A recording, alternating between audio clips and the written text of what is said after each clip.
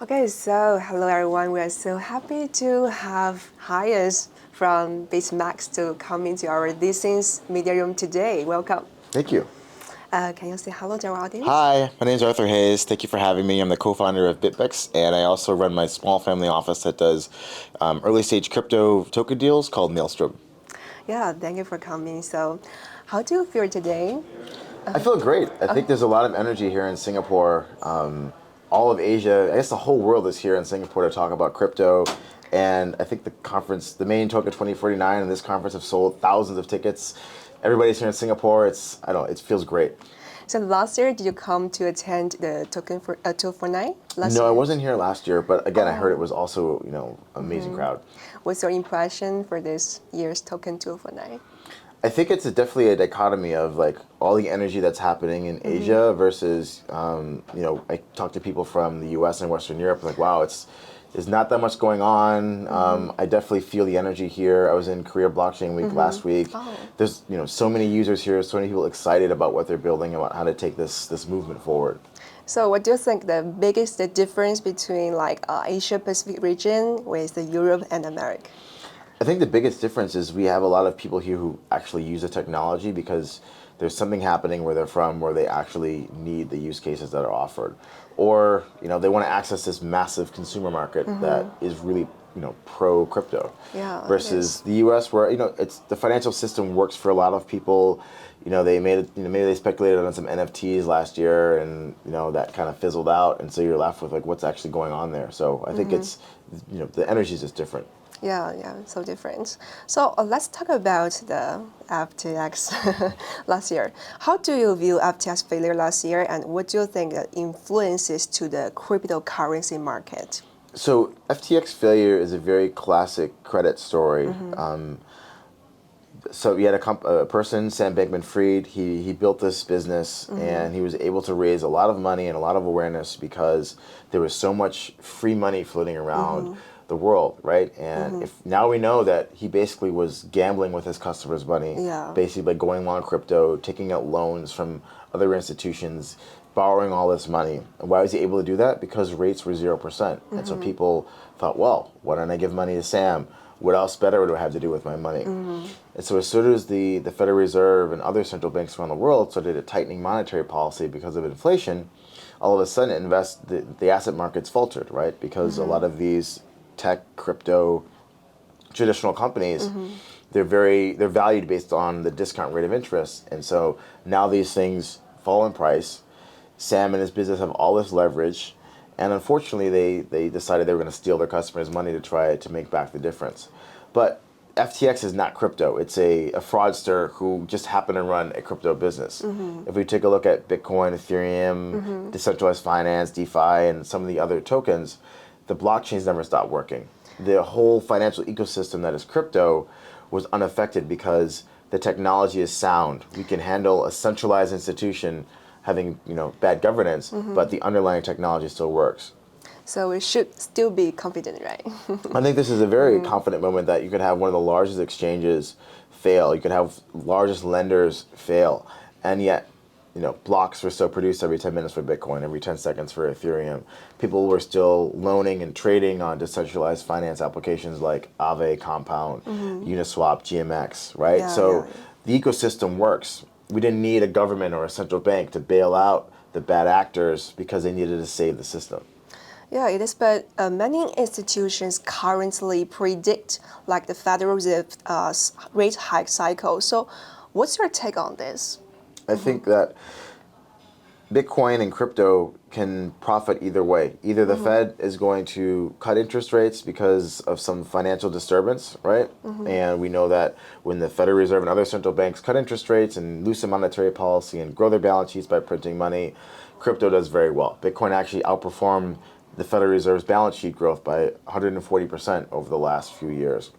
But on the other side, because, and I just got off the stage talking about this, right now, bond yields globally are below what the growth of the economies is. So if I'm a saver, I'm still not making enough money.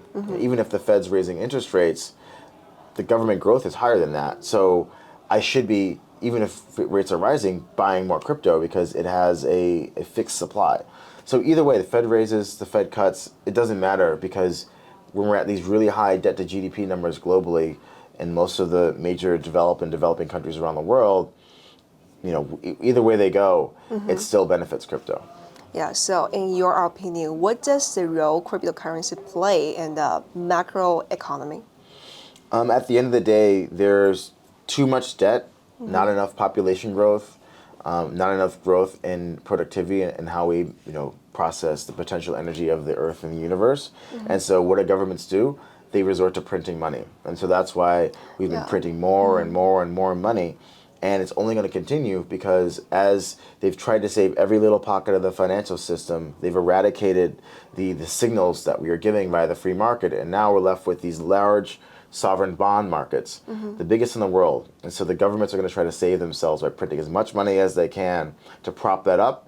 And that's going to lead, to my opinion, the biggest bull market in stocks, crypto, art, all this stuff is going to go up massively in price over the next few years as the amount of fiat money in the world balloons on an exponential basis. Okay. So some believe that cryptocurrency might challenge or supplement the traditional financial system. And what are your thoughts on this? So cryptocurrency itself, I think, offers a choice. And the choice is the issue, not the crypto. Because if I am the government and I have to keep all this money in the banking system because I need to inflate it away, I need to take people's savings, offer them less than what I'm growing the economy at, I can't have their money leaving the banking system. And that was easy before digital finance and crypto, right? There wasn't anything else to do. You just put your money in the bank. Even carrying around gold bars, it's really, really heavy. It's not very convenient.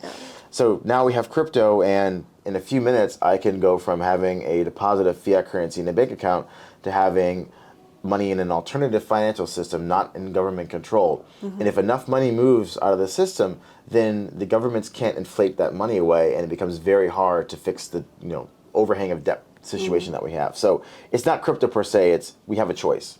And just by having a choice, would you rather, earn a negative real return or have an asset that outperforms the growth in fiat currency debasement? Yeah, today's our summit topic is about Web3. What do you think about crypto and Web3? Well, Web3 is basically the ownership of our online identity on a publicly viewable blockchain like Bitcoin, Ethereum, or some of these other things. So, Web2 has created lots of value. The Facebooks, the Alibabas, Weixins of the world. Tencent, So these have created these massive companies that have centralized all this data, and they've made all this money by taking our data and commercializing it rather than us owning our own data. So now with Web3, we have, for the first time ever, the ability to own our online presence and take that presence and do what we want with it. And maybe we want to contribute to a social media platform, but we should retain the value, not some big company. And that's what Web3 is all about. Yeah, so what do you think about the Web3 and the crypto world? What's the difference between the crypto and Web3? Most people, The cryptocurrencies are usually, say Ethereum, for example. There's lots of Web3 companies that use the Ethereum blockchain and smart contracts to give you ownership of some part of your digital identity.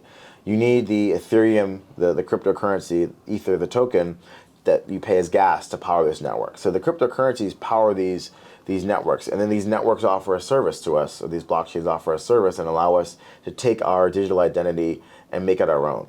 Okay, so in the long run, how do you think global macroeconomics trend will affect the development of cryptocurrency and the blockchain technology?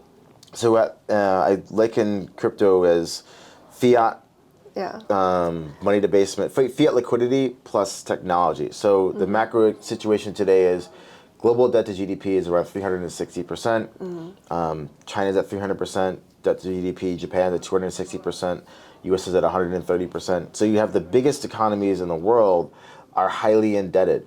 And everywhere in the world, in the rich world, no one's having enough kids. So the population is actually falling. So how do you generate economic growth if there's less humans being born to generate that growth? Well, the central banks of around the world print money to do that. So as we continue to add debt upon debt upon debt and not have enough humans born into the world to generate an economic activity to pay back that debt, we print more and more and more and more money. which basically means that from a mathematical standpoint, if crypto is denominated in dollars, renminbi, yen, whatever, the fiat currency, if there's more of it around, then the price goes up, right? It's just math. So unless there's some sort of miracle new energy source discovered and we can all fly around with a little jetpack on our backs, there's really no way out of this. Yeah, I agree with you. Oh, well, the U.S. have adopted a stringent regulatory strain on the cryptocurrency this year. So, do you think this attitude will continue or not? I think at a global level, the U.S. is just a symptom of the same problem. Everybody has the same problem. Yeah. We have a lot of debt. We need to make sure that no money leaves our banking system. So let's make it as difficult as possible for people to leave the banking system. So the U.S. does it. Every country has a similar policy. And what I think it's going to morph into is, again, crypto's not the problem. It's that you can have a choice to leave. So why don't we offer a very convenient product like an ETF, right? So you have BlackRock applying for an ETF. It seems very likely that they're going to get approved, sometime soon. And now you're going to have the largest asset manager in the world who's going to hoover up assets, crypto assets, because people think it's a very easy way to acquire crypto. But they don't actually own crypto. They own a derivative. Their money is still within the banking system. It hasn't left. And so this is a trick that people aren't going to realize. Oh, I thought I owned Bitcoin. No, you own an ETF.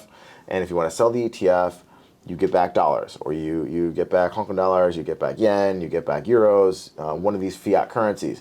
You don't actually get Bitcoin or Ether or one of the other cryptos. Yeah. And so you haven't actually left the system. The money is still in the system, so it's actually okay from the government's perspective. Yeah, so for users, we just got another option. That's it. This year, many areas in the Asia Pacific region have begun to adopt a more crypto-friendly regulatory policy, such as Hong Kong. So what's your view on Hong Kong's new virtual asset policy? It sounds very nice that the central bank, the exchanges, the regulators are very pro crypto. There's been a few companies that have gotten some licenses, and so I guess now it's up to let's see what happens. Is there going to be a corridor opened up for money to legally leave mainland China and come into Hong Kong and buy crypto? I don't know. So I think that's what we're waiting for. Is it going to happen? Almost like Stock Connect, right? Is there going to be this ability for mainland money to come in and buy Hong Kong stocks? Is it going to be able to move money from mainland China into Hong Kong to buy crypto? Because if that's the case, then I think there could be a very, very vibrant crypto ecosystem of service providers trying to offer financial products that are allowed by the government to give this capital a different type of return. Yes, I read one of your articles called Comeback. You mentioned that Asia is a very core area in the crypto world. So do you think it's still your view? Or yes, if you take a look at South Korea is one of the highest penetrations of crypto ownership. Turkey, Indonesia, people love NFTs, same in Thailand. So there's big populations. They have banking systems that don't work for them. Very young, mobile savvy, high, very fast internet in Asia, right? And so this makes perfect sense why crypto would take off. And I think this is a region where you're going to see the most energy, and it's evidenced by these conferences. And I'm not in the U.S. right now, but I think there's a conference going on called maybe Permissionless, and it looks kind of sad versus what's going on here and all the fun people are having here in Singapore. Okay, my last question is, over the next 5 to 10 years, how do you foresee the changes in the global cryptocurrency market within the Asia-Pacific region? So I think that there's going to be more users, and we're going to see more different types of applications that are very specific. Like in South Korea, they like K-pop entertainment. So you're going to see a lot of Web3 stuff that's focused on that. And then at a larger scale, it's how do we bring more breadth of digital payments to people that don't have bank accounts? You might have a whole generation of people that are more comfortable using an online crypto wallet than they are logging onto a bank website, right? We're moving in that direction because we have mobile first populations, high internet growth, and they're young, so they don't have an attachment to an old way of doing things. Super cool. So that's all for our interview. Thank you very much for coming. Thank you. Hayes. Thank you.